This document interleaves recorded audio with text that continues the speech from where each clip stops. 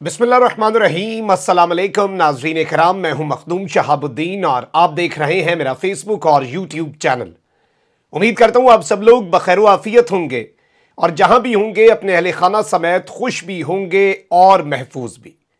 नाज़रीन कराम, नोक झोंक शुरू हो चुकी है और सख्त जुमलों का तबादला भी अब शुरू हो चुका है। इमरान खान और उनकी टीम बामुकाबला ISPR और मुख्तदर हल्के जवाबुल जवाब का सिलसिला जारी सारी है और इमरान खान साहब ने खुलकर ISPR का नाम लेकर बहुत से सवालात उठाए हैं कि वो किस तरह से ये फैसला कर सकते हैं कि साजिश नहीं हुई, मुदाखलत नहीं हुई। अब इमरान खान साहब के इस धमाका खेज बयान पर ISPR का रद्द अमल भी सामने आ चुका है और इस हवाले से दीगर तमाम तरह एस्पेक्ट्स जो हैं उनका भी जायजा लेना बहुत जरूरी है।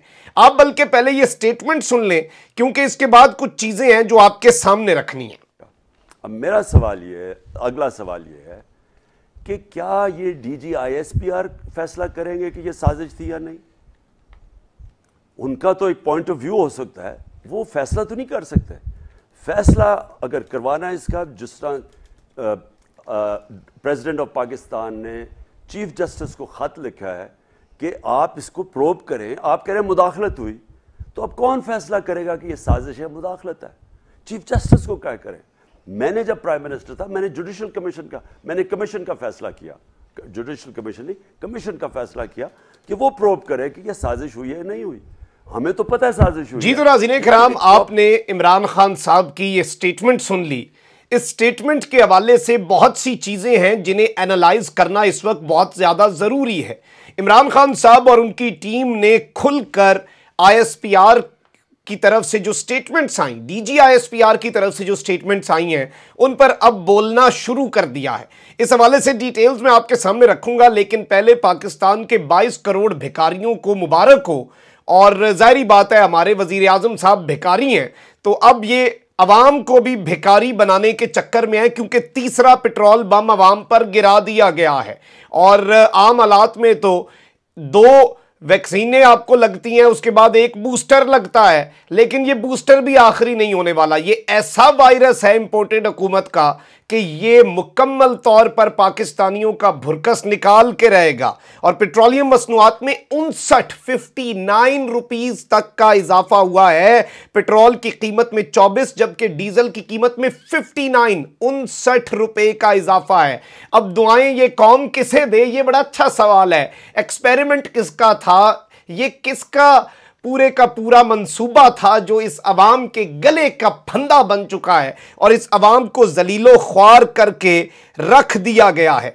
अब इस सारी की सारी सूरत हाल के अंदर नाज़रीन कराम कुछ चीजें हैं जो आपके सामने रखनी है। DG ISPR ने स्टेटमेंट दी, उन्होंने कहा कि हमारा मौक़िफ़ बड़ा वाज़ेह है, कोई सबूत नहीं था किसी भी किस्म की साजिश या मुदाखलत का, किसी भी किस्म की कोई कॉन्स्पिरेसी का, और यह मुकम्मल तौर पर पाकिस्तान तहरीक इंसाफ और इमरान खान के बयानिए की नफ़ी था।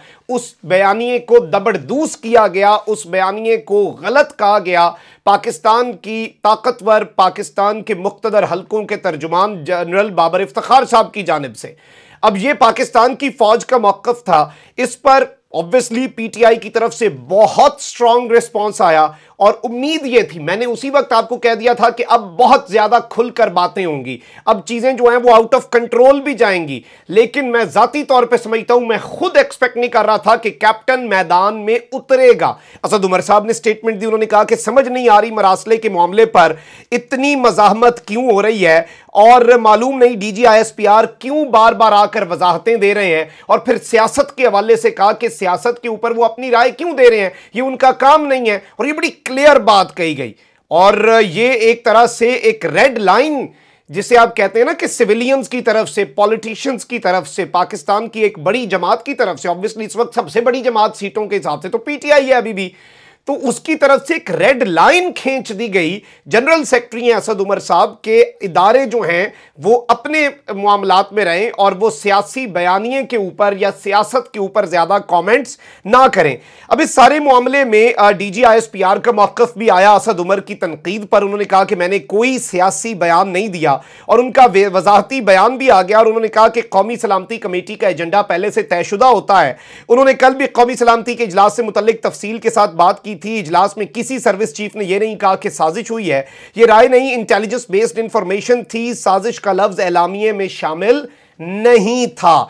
अब इस सारे मामले में मैं आपको यह बता दूं कि इस पूरी की पूरी सूरत हाल के अंदर इमरान खान साहब ने जो खुलकर बातें की और इमरान खान साहब ने वो बातें की जो शायद, अब जारी बात है इमरान खान भी अब बहुत से पर्दे नहीं रखने जा रहा और ये एक इंडिकेटर है जो उन्होंने आज कौम के सवालों के जवाब दिए और फिर उसमें जो अहम तरीन बातें की हैं, इन्होंने बहुत से हलकों को हिलाकर रख दिया होगा। और ये पॉलिटिकल स्टेटमेंट जो कि former prime minister Imran Khan साहब की तरफ से आई है, इसके बहुत से असरात होने वाले हैं। अब इमरान खान साहब ने बड़ी वाज़ेह बात की। उन्होंने कहा कि जारी बात है अपना जो बयानिया है वो एक मरतबा फिर अवाम के सामने रखा कि वजीर आजम मैं था तो वो साइफर के अंदर किसे कह रहे थे खान को हटाओ, कौन इतना ताकतवर है जो वजीर आजम के अलावा, ऑब्वियसली जिस तरफ खान साहब का इशारा था वो बड़ा वाजे है। और तहरीक अदम एतमाद 7 तारीख को खत आता है, साइफर आता है, 8 तारीख को तहरीक अदम एतमाद आ जाती है।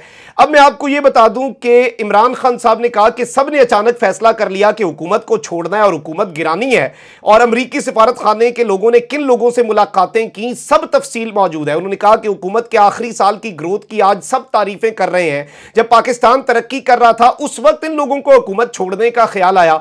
ये सारी चीजें हजम नहीं होती। अब इसमें उन्होंने कहा कि क्या डीजी आईएसपीआर अब ये फैसला करेंगे कि साजिश थी या नहीं, उनका नुक्ता नजर हो सकता है, उनकी ओपिनियन हो सकती है, ये फैसला नहीं है।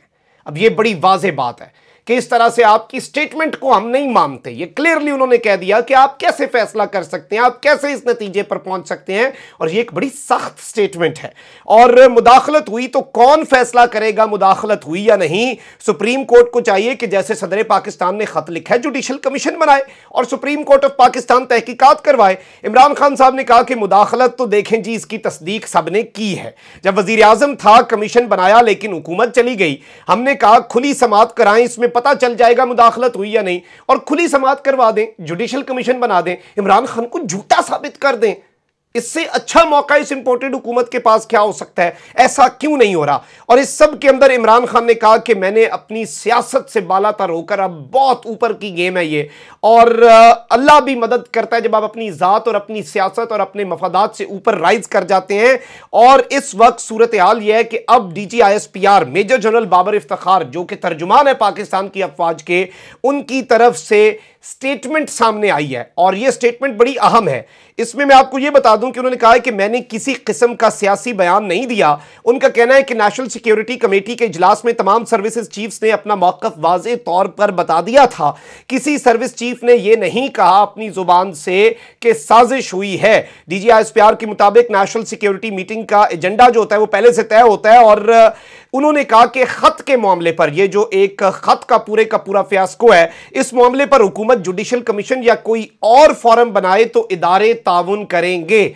यानी कि अगर गवर्नमेंट कोई भी फॉरम, कोई भी तहकीकाती कमीशन कुछ भी बनाती है तो पाकिस्तान की फौज, पाकिस्तान के इदारे इस मामले में ताउन करने जा रहे हैं। यह एक बड़ी स्टेटमेंट है आईएसपीआर की तरफ से, एक बड़ी क्लियर स्टेटमेंट है, और यह एक बड़ा वाज़े तौर पर आप कह सकते हैं कि इस वक्त जो सूरत हाल बन चुकी है, नोक झोंक ऑलरेडी शुरू हो चुकी है, और पूरे का पूरा मामला अगर आप देखें तो अब चीजें कशीदगी की तरफ खुलकर बातें हो रही हैं, खुलकर चीजें एक दोनों तरफ से जवाबुल जवाब आ रहे हैं। जवाब आता है, फिर उसका जवाब आता है, फिर उसका रिस्पांस आता है, फिर उसका रिस्पांस आता है, और सबसे इंपॉर्टेंट कैप्टन खुद मैदान में उतरा है, कैप्टन खुद बोला है, और कैप्टन ने खुद आकर कहा है डीजी आईएसपीआर के हवाले से, एक मरतबा नहीं बल्कि दो मरतबा डीजी आईएसपीआर के हवाले से उन्होंने एक प्रेस टॉक के अंदर, आप बल्कि दूसरा पार्ट भी सुन लें। वो ये मुदाखलत तो सबने मान लिया ना कि मुदाखलत है।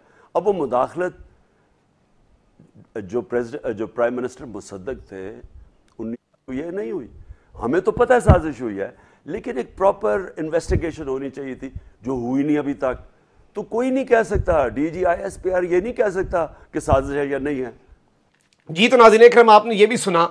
अब इमरान खान साहब बड़े वाज़ेह हैं, वो अब किसी की बात मानने के लिए भी तैयार नहीं है। मुज़ाकरात के ऊपर भी और दीगर तमाम तरह एस्पेक्ट्स के ऊपर भी इमरान खान किसी भी सूरत कोई लचक दिखाने के लिए इस वक्त तैयार नजर नहीं आ रहा। और इमरान खान अब ये फैसला कर चुका है कि ऐसे है तो फिर ऐसे ही सही। और आइंदा आने वाले दिनों में भी मैं आपको बता सकता हूं कि बहुत से मिजाज तब्दील होने हैं, बहुत सी चीज़ों के अंदर अगर हालात को इस वक्त वो बैकडोर चैनल्स के जरिए कंट्रोल ना किया गया, आपको बहुत कुछ मजीद खुलकर बातें और बहुत से मामलात के ऊपर, ये मैं इंफॉर्मेशन की बुनियाद पर कह रहा हूं कि बहुत फिर खुलकर चीज़ें सामने आएंगी। और शायद इशारे किनायों और पर्दों में और जो हम यूज़ करते हैं तशबीहात और इस्तारे, शायद वो ना रहें, खुलकर बातें भी हो सकती हैं। अपना बहुत ख्याल रखें। कमेंट सेक्शन में राय का इज़हार ज़रूर करें। अल्लाह निगहबान। पाकिस्तान जिंदाबाद।